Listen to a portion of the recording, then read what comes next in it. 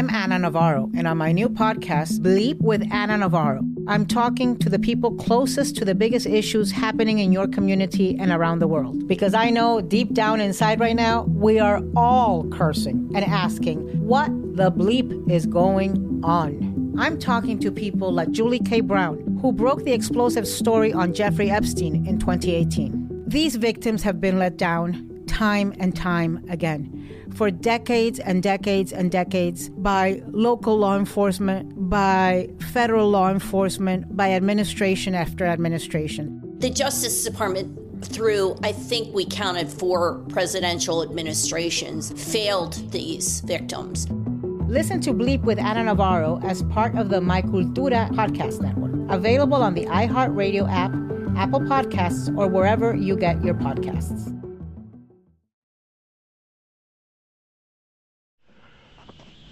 This is Special Agent Regal, Special Agent Bradley Hall. The time is approximately 11:15 a.m. About to start consensual telephone call with Dr. Daiwa Zhang. China's Ministry of State Security is one of the most mysterious and powerful spy agencies in the world. But in 2017, the FBI got inside.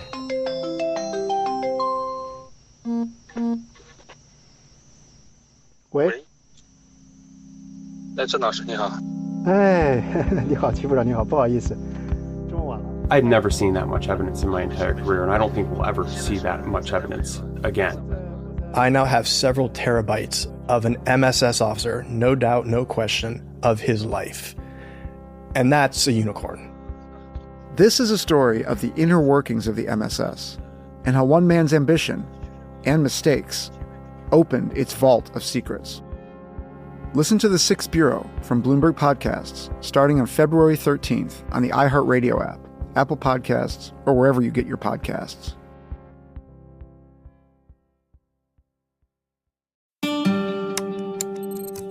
Bloomberg Audio Studios. Podcasts, radio, news. A quick note. This is the 5th episode of this series. If you haven't listened to the previous episodes, we recommend going back and listening in order. Thanks. About 5 months after GE engineer David Jun agreed to work with the FBI, he was on a plane with Agent Mike Regal, heading for Europe. It's stressful. He's like, I'm taking a huge risk. I'm away from my family. I'm in a foreign country. I'm doing some weird thing against the Chinese government. And we had to make it clear to him, look, you're never going to meet with him again. This is just to get him in the country. The mission? Arrest Xu Yanjun, a Chinese intelligence officer. This is something we've never, ever done before. Can we actually get this guy out of China so we can get our hands on him? I was skeptical that it would work out. Like, right, we're going to get a Chinese intelligence officer, and we're going to bring him back from China, and we're going to try, and we're like, right. At this point, I have done some crazy things. I've convinced people way more important to me at the FBI this is going to work. It has to work. I mean, there's lots of times we try to do international arrests and they just don't work. Something happens. Someone gets tipped off. Someone gets cold feet, doesn't show up. I still had that faith, but deep down you're like, man, if this breaks bad on me, I'm never going to live this down. From Bloomberg News and iHeart Podcasts, this is The Sixth Bureau. I'm Jordan Robertson. And I'm Drake Bennett.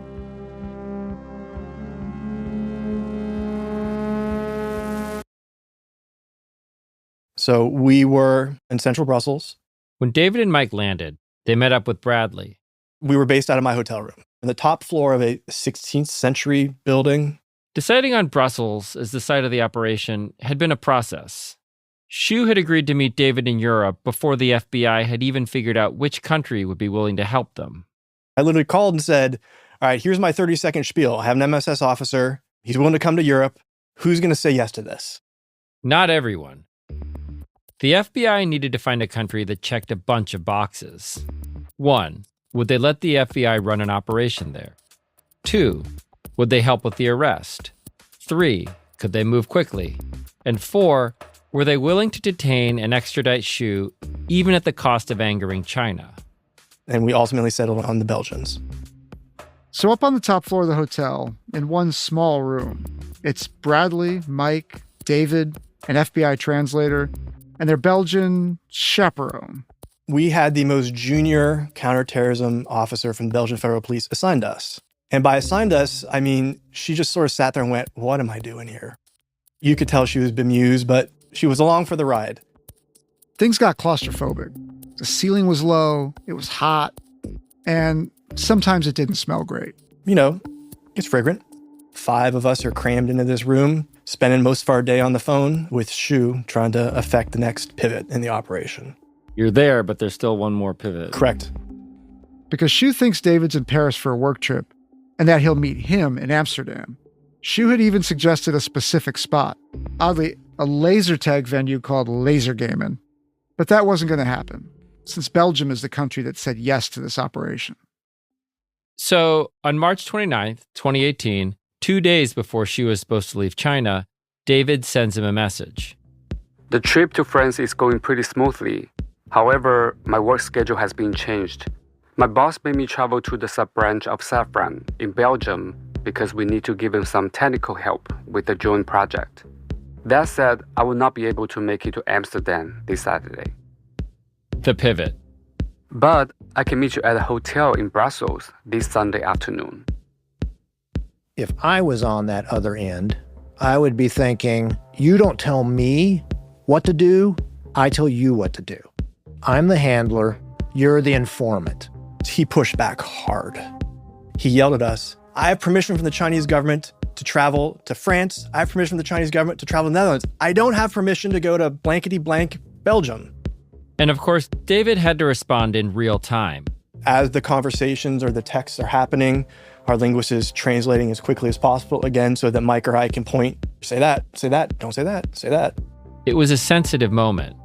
Xu was still pushing for the meeting to happen in the Netherlands that Sunday. You can definitely make it in one day. Why don't you book your train and we can meet somewhere near the train station? But the Netherlands wasn't going to work for the FBI. So David needed a new excuse for why he couldn't even take a day trip, why he had to stay in Brussels. We spent hours talking about what we could say to make it as believable as possible. We filled a quarter of one of these notebooks with the different, well, if we said this, would that work? And someone would say, I don't think it's gonna work because of this, and we'd rip it out and we'd start again. In the end, they went with their go-to excuse. We played on things that we knew had worked before. The big bad boss. Sunday is Easter. My boss takes it very seriously. Well, the boss feels so guilty about making us travel on the holiday weekend that he's going to take us out for an Easter brunch. He's reserved an Easter lunch for the traveling team and asked us to please attend. And if I don't show up, that's going to look really bad. And I can't disappoint my boss, so I can't leave Brussels. This is why I'll have time to meet you here on Sunday afternoon, but I don't have time to travel to other cities. You know, we're so sorry we can't help it. This is just a situation. I'll be back in 6 months or a year or whenever the next time I might be back here.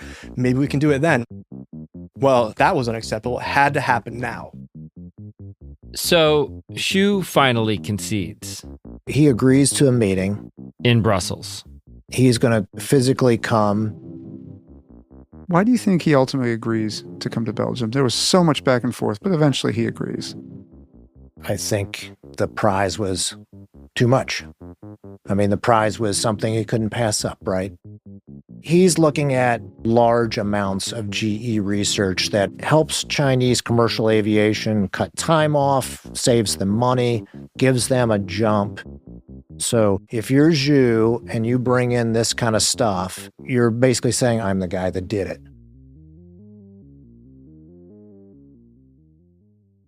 The day before his trip, Xu messages his wife. I put a USB drive in the eyeglass box in the middle of the bookcase. It contains some encrypted documents. If something happens, someone will come to you and tell you the password. I mean, I've deployed more than 40 times. Often, I don't tell anyone where I'm going. I can't tell anyone where I'm going.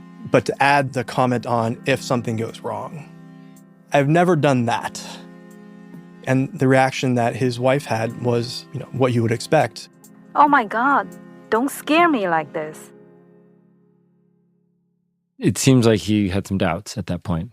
He did, but when you talk about the risk reward, what we were offering, what we were claiming that we were going to provide was clearly worth the risk. I will never know if he was ordered or chose to go, given that set of circumstances, but it happened. On March 31st, Xu arrives in Amsterdam en route to Belgium. Photos pulled from airport security cameras show him coming through customs. He's wearing a backpack, has a giant suitcase, and is dressed in all black. And he's not alone. He's with a colleague. In the photos, you can see Xu talking on his phone. He's on the phone with us. Xu's talking to David about where to meet in Brussels. So I grabbed Ruth, our Belgian colleague who was with us, who very begrudgingly, I think she slept on the floor that night in my room, like in a sleeping bag or something. And I grabbed her and I said, okay, we need to find a meeting location. We've gotten too far. I can't let Xu tell me where we're going to meet. And we just started walking around like tourists. And as I'm walking around central Brussels, I come across Le Pain Quotidien, this coffee shop. The chain, Le Pain Quotidien. In La Galerie de Saint-Hubert. This particular location was in a 19th century shopping center with a high arched glass ceiling, lined with elegant shops. It's completely encased. It's the most beautiful architecture you can imagine. And I haven't slept in a couple of days. I'm tired. And I see this coffee shop. And I say, this is just like that coffee shop in the opening scene of Tinker Tailor Soldier Spy. The quintessential John le Carré spy story. I like watching spy movies, not that my life resembles a spy movie in any way, shape, or form. But I went, this works. This is the spot. So that's the fun reason I picked it. The operational reason was that I was bringing him into a funnel, one way in, one way out. You can't go through the back of these stores. I asked the front desk, and they recommended a coffee shop nearby. I walked around and found a coffee shop, which is very close to my hotel. So basically, I am walking my guy into a pedestrian-only space. He can't drive up, he can't surveil unless he's on foot. One way in, one way out. They have quiet seating on the second floor. Then we said we were going to be on the second floor of the coffee shop. That means he had to go into the coffee shop, fatal funnel number 2. Then he had to go upstairs, fatal funnel number 3, to put him in such a tight locale, there's no way that we could miss him. So I'm bringing him into a fatal funnel, into a fatal funnel, into a fatal funnel. Send me the name of the coffee shop. Coffee shop is inside of Galerie Royale Saint-Hubert. I took a picture for reference. Okay, I'll let you know when I'm about to be there. I'll be checking WeChat at all times tomorrow. Okay, keep in touch. So there's a lot of noise about AI, but time's too tight for more promises. So let's talk about results. At IBM, we work with our employees to integrate technology right into the systems they need. Now, a global workforce of 300,000 can use AI to field their HR questions, resolving 94% of common questions. Not noise, proof of how we can help companies get smarter by putting AI where it actually pays off, deep in the work that moves the business. Let's create smarter business. IBM. Small businesses are the pulse of every community. They bring people together, create opportunities, and drive growth. Chase for Business helps business owners like you with personalized guidance and convenient digital tools all in one place. With that guidance and your determination, you can take your business farther and help build a brighter future for your community. Learn more at chase.com/business. Chase for Business. Make more of what's yours. The Chase mobile app is available for select mobile devices. Message and data rates may apply. JP Morgan Chase Bank, N.A. Member FDIC. Copyright 2026. JP Morgan Chase & Company.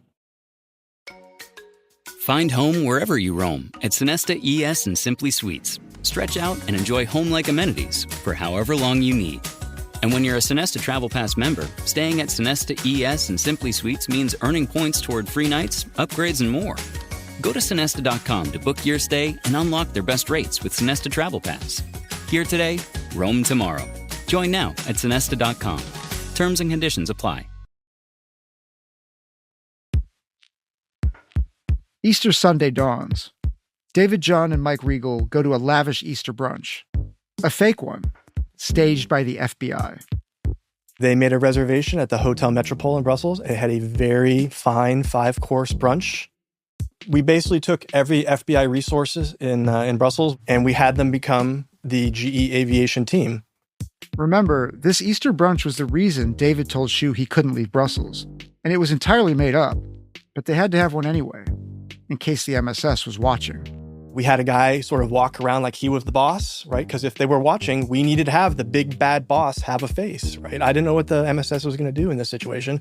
Meanwhile, across the city, dozens of police officers are out looking for Xu. We had surveillance out everywhere, trying to make sure these guys are going to show up. They go to the train stations, assuming he's taken a train in from Amsterdam.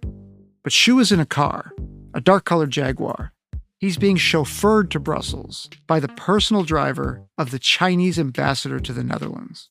They were delivered for a clandestine meeting in the ambassador's car. Just let that wash over you for a second. That's how confident the MSS were in their ability to operate within the EU. I've never been picked up by anybody at any foreign airport ever for the FBI, let alone get to ride around in the ambassador's Jaguar. Bradley is at the Belgian Federal Police headquarters, in their command center.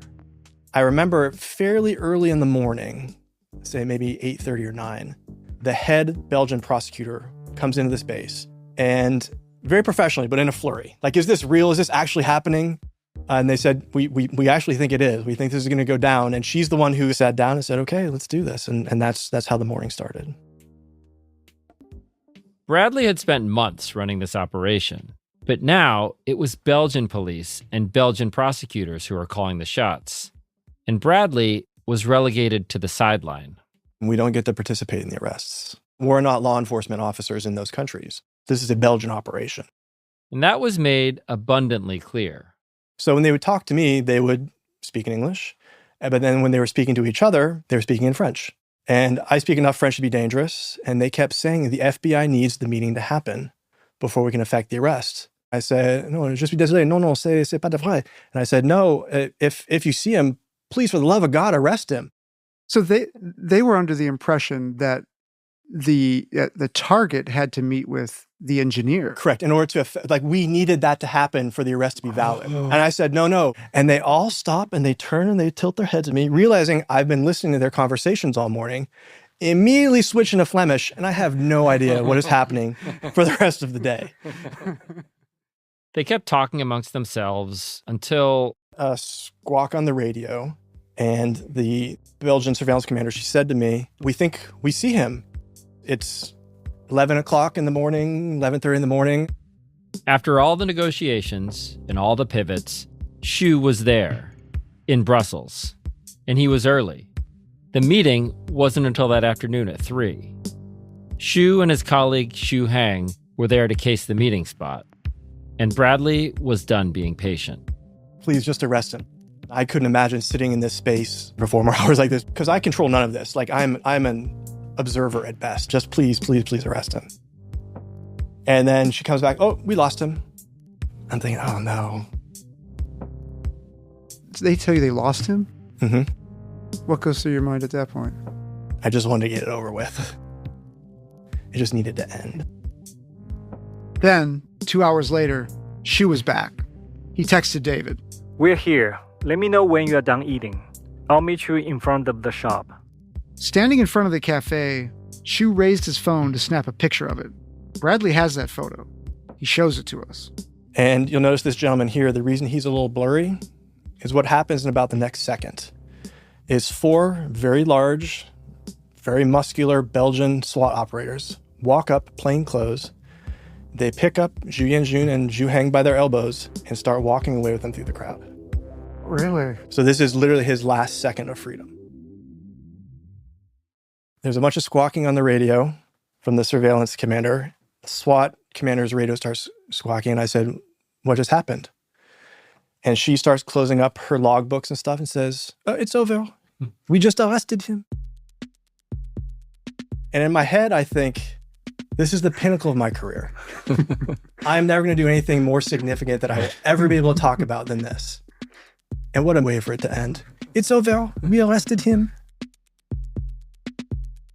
One of the Belgian police inspectors, who was kind of a more senior guy, and he's You know, kind of a big dude with a white beard. I just gave him a huge hug. It was like a big bear hug. And I think he was like, you know, no Americans did this kind of stuff, because it was like the stress was over.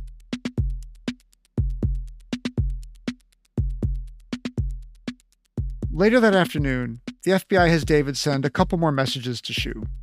They also have him call Xu's phone. They want it to look like David's got nothing to do with Xu's arrest, and that he's just there waiting for him at the coffee shop. I'm here now. Are you here? You know, just in case anyone else from the MSS is paying attention. I've been waiting for almost an hour and still haven't seen you. You wouldn't even pick up the phone. Sorry, I have to head back to prepare for tomorrow's meeting. With that final message, the relationship between Xu Yanjun and David Jun came to an end. A relationship built on lies and manipulation. It's safe to say they both regretted it.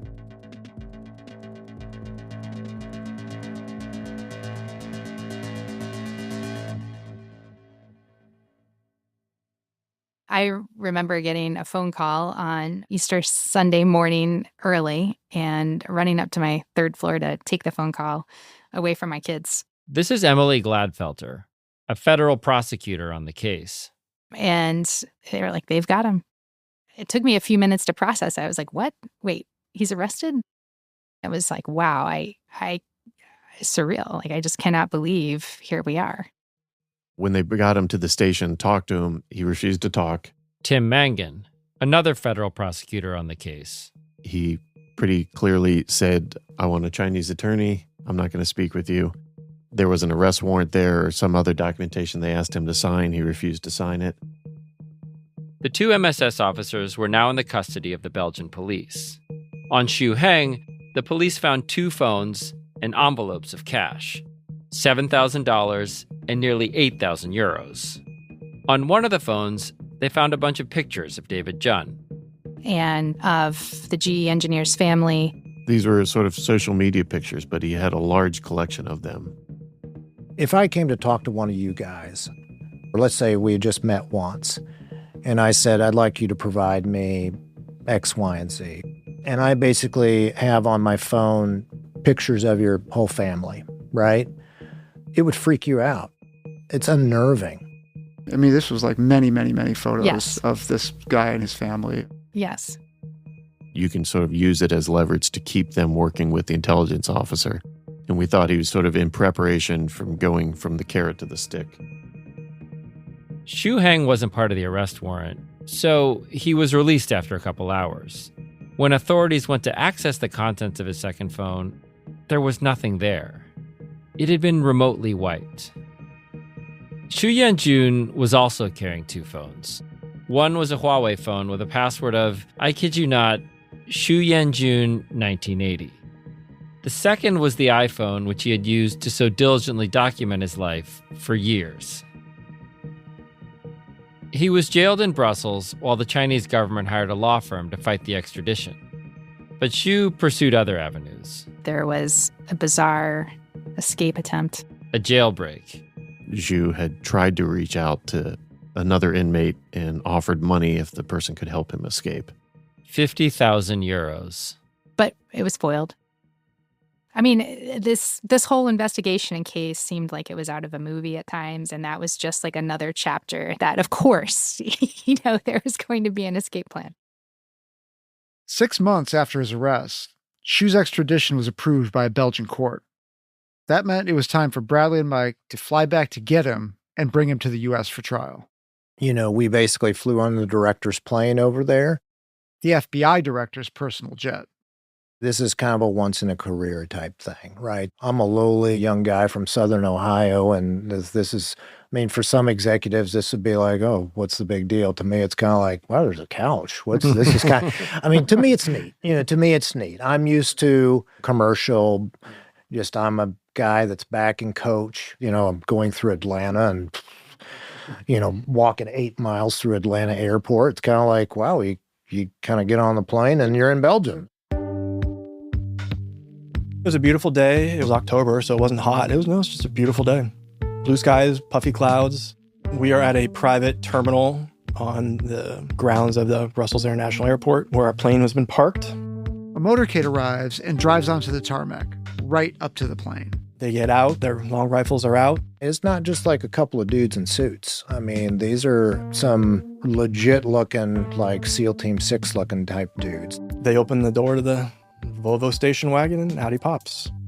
He's just a medium-build Chinese gentleman. He doesn't stand out in any crazy way. He's handcuffed. In the European system, or at least in the Belgian system, they don't wear prison garb. They wear civilian clothes. So he had sneakers on, a pair of jeans, a button down, and a sweater. But not for long. As part of the transfer, Bradley makes Xu change into a striped jail uniform he's brought from Ohio. I let him know that we're going to shackle him at the feet, and at the waist, and at his wrists, and he's going to fly back to the United States that way. And Xu, when we get him on the plane, is not combative, but also not cooperative. A decision was made to basically just, ask him the booking questions. Name, date of birth, address, telephone number, this kind of stuff. I think alias was one. That's one of the standard booking questions is aliases. But yeah, he did not like the questions. He declined to answer some of them, or he refused to answer some of them. Xu was charged with conspiring and attempting to commit economic espionage and steal trade secrets. He arrived in Ohio and was sent to a federal detention center to await his trial. It was a very long wait. 3 years. For much of that time, Xu was confined to a 70-square-foot jail cell, alone, for 23 hours a day. He communicated with his wife and family through letters, which were often held up for months by translation protocols. Then, in October 2021, Xu found himself as a defendant in an American courtroom, a scenario he probably never imagined.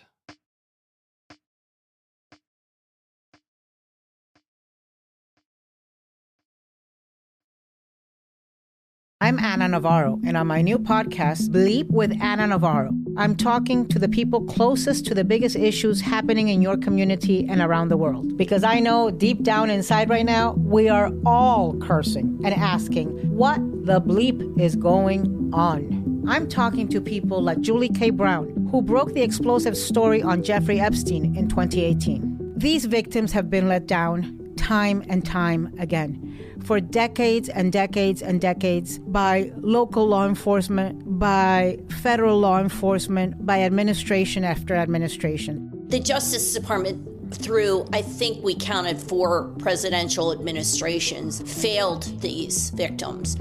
Listen to Bleep with Anna Navarro as part of the My Cultura podcast network, available on the iHeartRadio app, Apple Podcasts, or wherever you get your podcasts.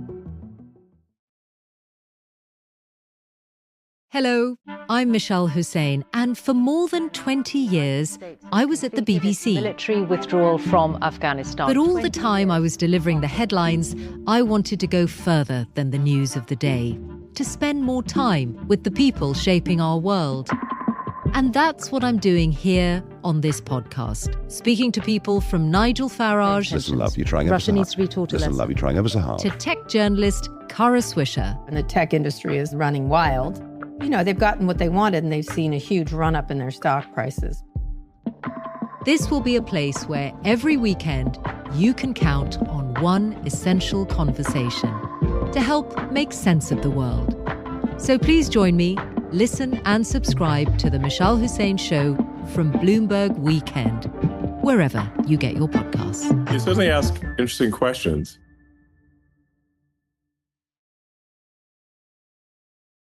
When Xu's trial finally got underway, the pandemic was still raging. The jury box was covered in plexiglass. The witness stand had plexiglass. The judge's bench had plexiglass. We all wore masks.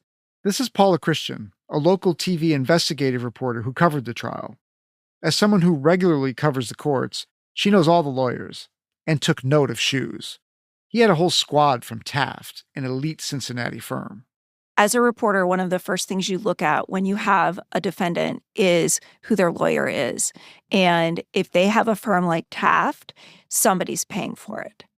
Because it's too expensive for an average person to pay for this. I mean, Ralph Conan probably bills at $600 to $700 an hour. And they had 6-7 people on their legal team in the courtroom.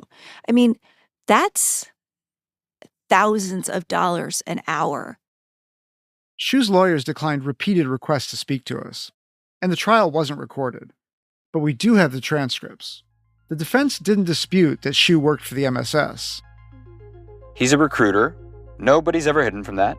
He's affiliated and works for the MSS. Or that Xu was trying to cultivate aviation experts working outside China. Sure, he was trying to get them to share their expertise.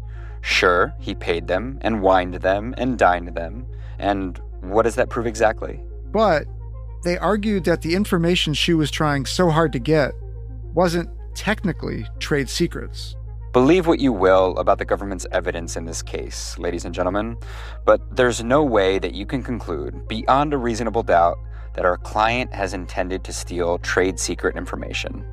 This case is about a man who was caught up in a controversy between the US and China over China's advancing competency and abilities technologically. The US was overreaching. The US just didn't want China to have any technology, so they're just being spiteful. That was their main argument, but they were up against a lot. Because how can you argue with what you said on a recorded line or what you wrote in a text message on your phone or the photos you took? It's tough.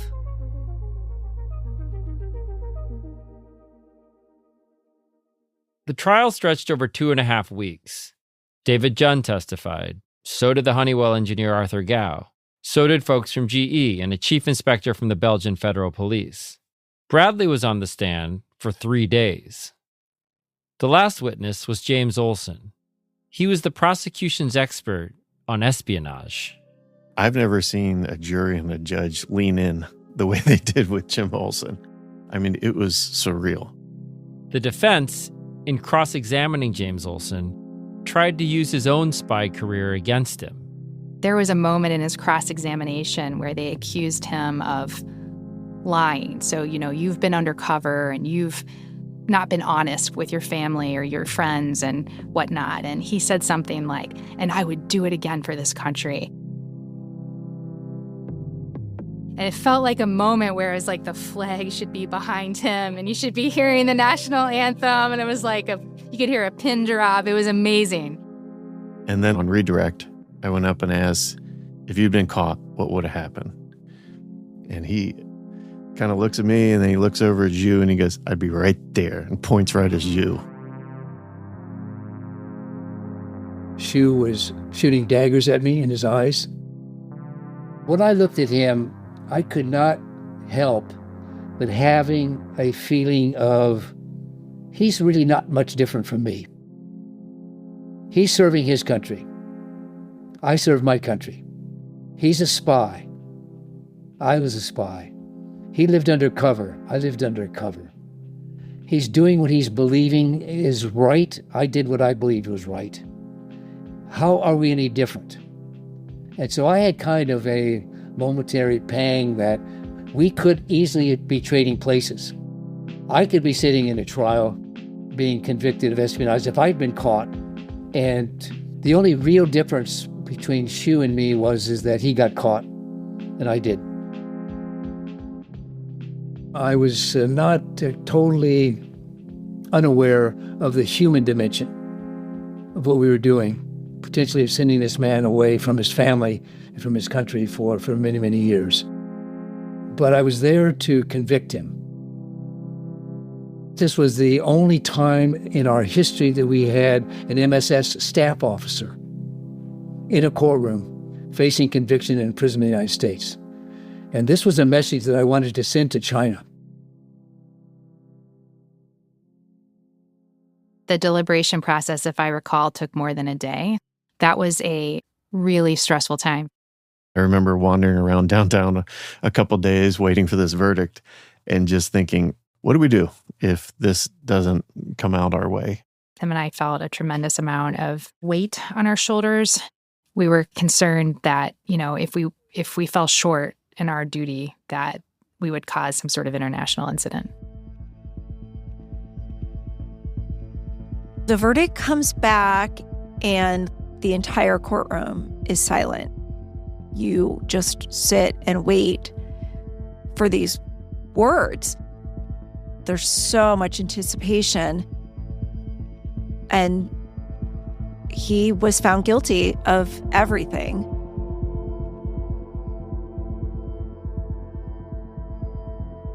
We reached out to China's Ministry of Foreign Affairs about the case back in 2022 after the verdict came out. And they said, quote, "The accusations by the U.S. are completely fabricated. We demand the U.S. handle the case in a fair manner and ensure the legitimate rights of Chinese citizens." When we reached out to them again this year, they referred us to previous statements. A year after the trial, Xu's sentence came down. He was given 20 years. I thought the Xu sentence was pretty strong.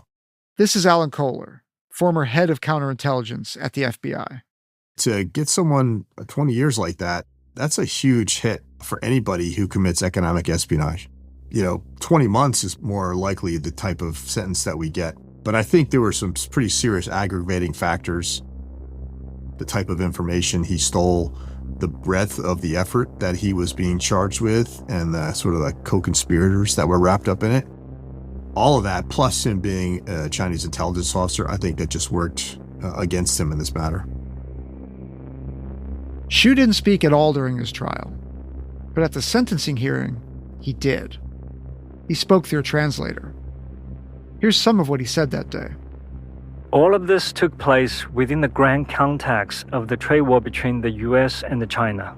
All the US government has done is to use the legal system as a weapon in the war it wages to further its political agenda. That has nothing to do with respect and justice. Your Honor, I'm just an ordinary Chinese citizen who knows nothing about politics, nor do I know anything about secrets. Why on earth did I get caught into this incredible legal battle? Thus, this whole case is merely a political farce directed and acted out by the US government for self-aggrandizement. It is like the thief who demands that the thief be caught. Regardless what the sentence may be, I will appeal this case because I stand by my innocence. Thank you.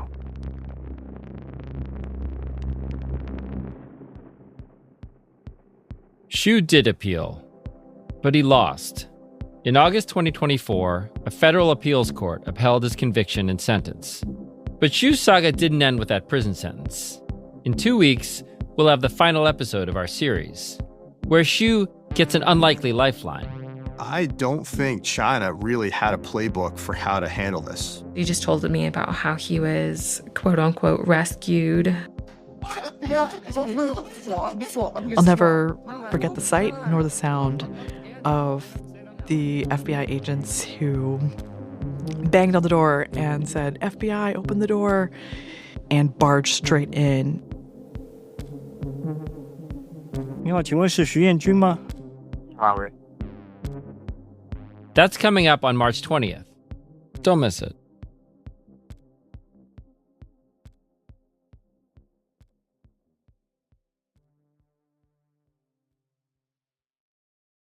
I'm Anna Navarro, and on my new podcast, Bleep with Anna Navarro, I'm talking to the people closest to the biggest issues happening in your community and around the world. Because I know deep down inside right now, we are all cursing and asking what the bleep is going on. Every week, I'm breaking down the biggest issues happening in our communities and around the world. I'm talking to people like Julie K. Brown, who broke the explosive story on Jeffrey Epstein in 2018. The Justice Department, through, we counted 4 presidential administrations, failed these victims. Listen to Bleep with Anna Navarro on the iHeartRadio app, Apple Podcasts, or wherever you get your podcasts.